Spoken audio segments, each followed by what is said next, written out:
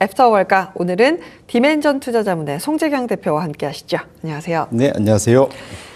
이게 현금이 없다 요게 되니까 참 쉽지 않은 것 같습니다. 지금 빅테크들이 다 밀리면서 마감됐거든요. 뉴욕 증시 어떻게 보셨어요? 일단 말씀 주신 대로 세상에 참 쉬운 게 없는 것 같습니다. 네, 어렵습니다.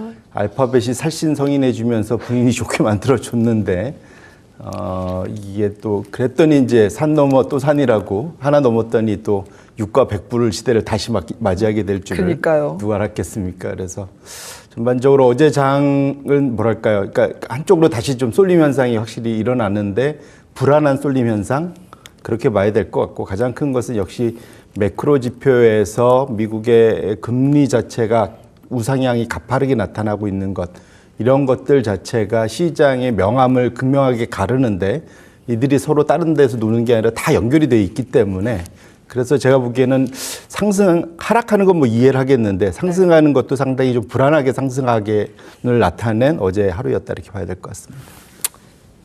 좀 찝찝해요, 그냥. 맞습니다. 네.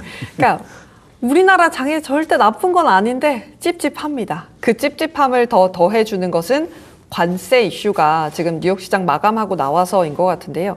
무역법 301조를 기준으로 노동 관련돼서 너희 뭐 잘못된 것 같아 하면 이제 12.5%의 관세를 부과하겠다라고 합니다.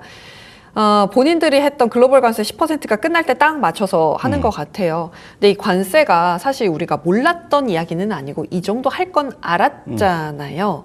그러면 시장의 반응은 어떨까요?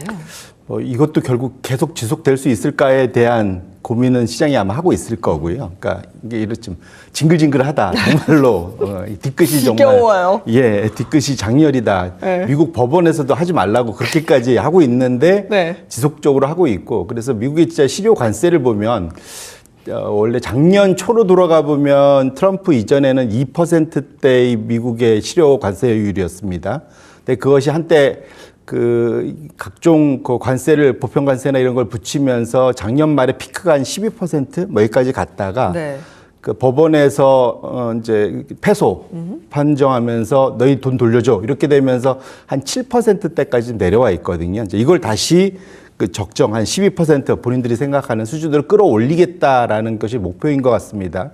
그래서 들고 나오는 게 이제 결국 슈퍼 301조잖아요. 네. 근데 이거는 의회 청문회도 거쳐야 되고 그것을 잘 거치고 나면 이제 상당히 이건 파워풀합니다. 정말 그래서 앞에 슈퍼란 말을 붙이는데 왜냐하면 이거는 그다음부터는 언리밋이거든요. 원할 때까지 끌고 갈 수 있습니다. 근데 대신에 앞에 통과가 되게 어렵게 만들어 놓은 것이 이제 슈퍼 301조인데 근데 그 이유가 좀 마음에 안 들죠. 네. 강제 노동을 하는 나라. 근데 주로 대상이 되는 국들이 대부분 우리나라 포함해갖고 유럽이고 뭐 이래예요. 강제 노동을 어디다 붙이는 건지 알 수 없으나, 우리가 네. 무슨 아오지 탄광도 아니고, 이게 참 이유를 대도 이게 오히려 미국에서 그 잡아가는 거 보면은 그쪽이 더 강제스러워 보이는데 네, 아무튼 그래서 네. 이번에 중간 선거 전까지 노이즈로 가긴 갈 텐데 네. 아마도 중간 선거에서 분위기상으로는 공화당이 잘못하면 상하원을 다 잃을 수도 있는 상황이잖아요. 그렇죠. 그리고 잘해도 상원 정도를 수성할 텐데 그러면 트럼프의 힘은 많이 빠질 겁니다. 행정부도 상당히 레임덕에 가깝게 될 가능성이 있어서 그렇게 놓고 보면은 이제 관세 힘이 상당 부분 약화되지 않을까라고 생각을 해봐서 시장에서 그것을 아주 엄청난 리스크로 받아들이지는 않지 않을까라고 저는 이제 개인적으로 기대를 하고 있습니다.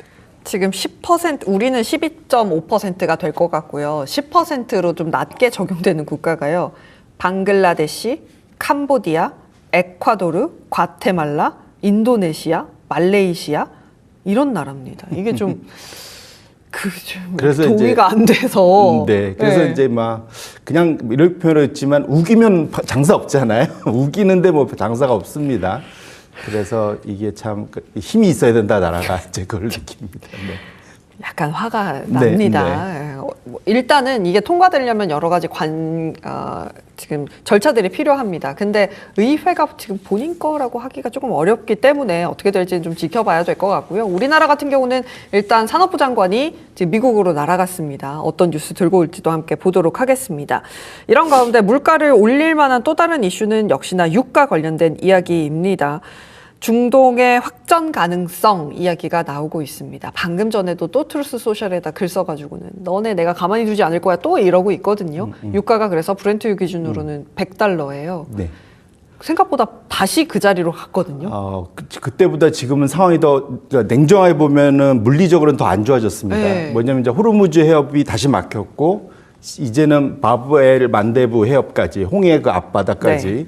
막히는 형국이 됐기 때문에 그렇게 놓고 보면 오히려 이전보다 3월달 때보다 더 상황이 안 좋아진 건 첫 번째로 맞다 네. 봐야 될 것 같고 그 다음에 두 번째로는 이제 그럼 왜 그런 일이 벌어졌는지를 보면은 그러니까 미국이 재봉쇄를 했잖아요. 네. 예, 재봉쇄하면서 거기에 대한 소위 이제 그 반대 카드로 이란이 들고 나온 것이 후티 반군을 이용한 그러니까 소위 홍해를 막는 이제 이 두 가지가 서로 이제 뭐랄까요 서로 이렇게 부딪히는 네. 상황이다 봐야 될 것 같은데 일단 상황적으로는 되게 걱정스럽다. 이것이 혹시 길어지면 안 그래도 재고도 줄었고 미국에서도 상당히 좀들 더 이상 이제 여기 여력이 없고 수출에 그 자신감이 네. 여력이 없고 중국도 최근 들어서 다시 사기 시작했거든요. 네. 그래서 생각보다 빨리 유가가 이거를 만약에 이것이 장기화되면은 전고점을 뚫을 수도 있는 상황인 것만은 분명하다 봐야 될 것 같은데 근데 다만 이제 여기서 이제 항상 다만이 중요합니다. 지금 분위기를 보면은 한 1, 2주 안에 미국의 휘발유 가격은 전고점을 뚫을 것 같아요. 왜냐하면 지금 도매 가격이 이미 전고점을 뚫었습니다. 그렇기 때문에 통상 이게 한 일주일 걸리거든요. 네. 이게 소매로 올라오는데 1, 2주 안에 그걸 과연 트럼프가 중간선거 앞두고 견딜 수 있을까? 만만치 않을 것 같다 그러고 두 번째로는 트럼프 대통령이 아까 이제 뭐 3월 달에 퓨리 그거보다 더 강한 에픽 퓨리보다 더 강한 공격을 준비하고 있다라고 얘기를 하는 걸 보면 전 조금 안심했습니다. 이게 진짜 때리겠다고 하는 사람이 저렇게 하겠습니까?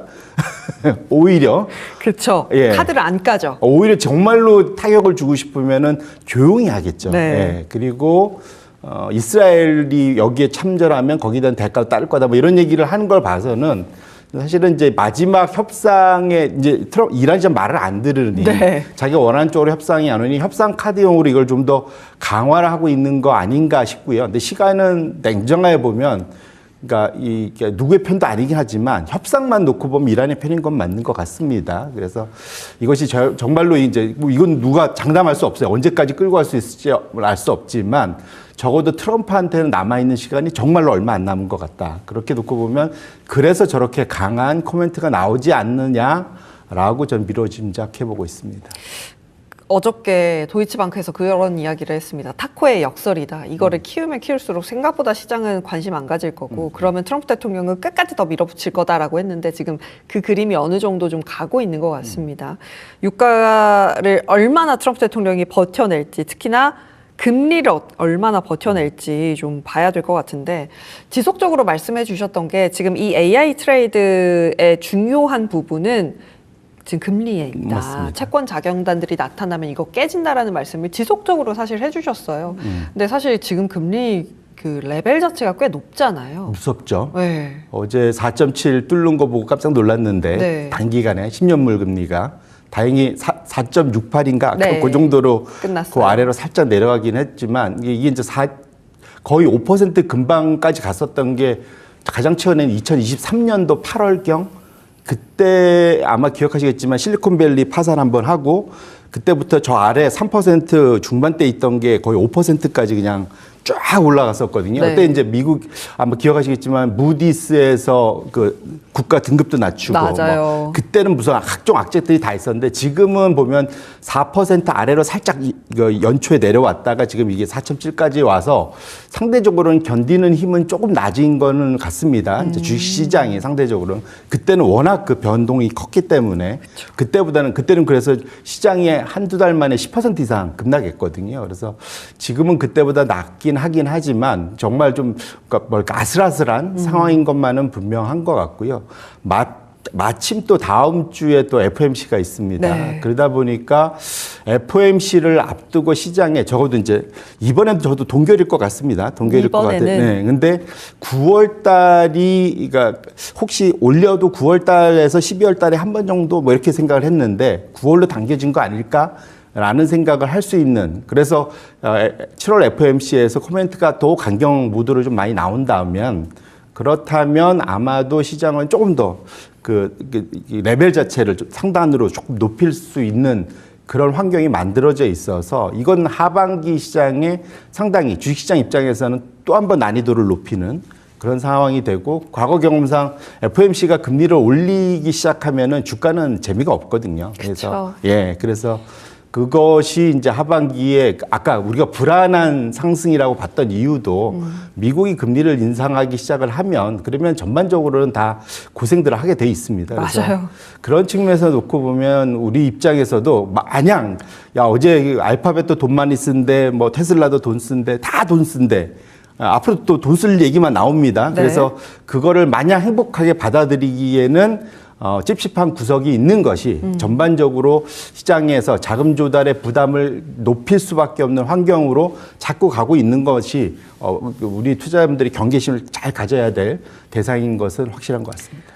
계속 금리 중요하다, 국채금리 봐야 된다라는 말씀을 해주셨고 지금 그런 상황들이 실제로 일어나고 있다라는 점 붙여드릴 수 있겠고요.